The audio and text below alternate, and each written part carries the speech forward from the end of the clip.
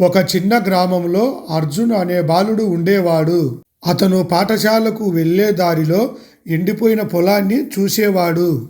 ఇక్కడ ఏమీ పెరగలేదు అని అందరూ అనుకునేవారు. ఒకరోజు అర్జున్ దగ్గర ఉన్న చిన్న విత్తనం పొలంలో నాటాడు. తన దగ్గర ఉన్న కొద్దిపాటి నీటిని దానిపై పోశాడు.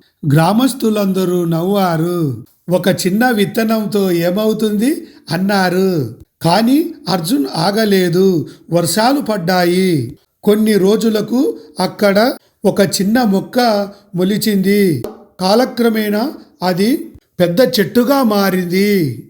ఒక చెట్టు నీడలో ప్రజలు విశ్రాంతి తీసుకునే చోటయింది. పక్షులు వచ్చాయి, పిల్లలు ఆడుకున్నారు. అప్పుడు గ్రామస్తులు అర్జున్ను చూసి చెప్పారు, ఒక చిన్న ప్రయత్నం కూడా పెద్ద మార్పును తీసుకురాగలదని. ఈ వీడియో నచ్చితే మన ఛానల్ చిన్న లైక్ చేసి సబ్స్క్రైబ్ చేసుకోండి.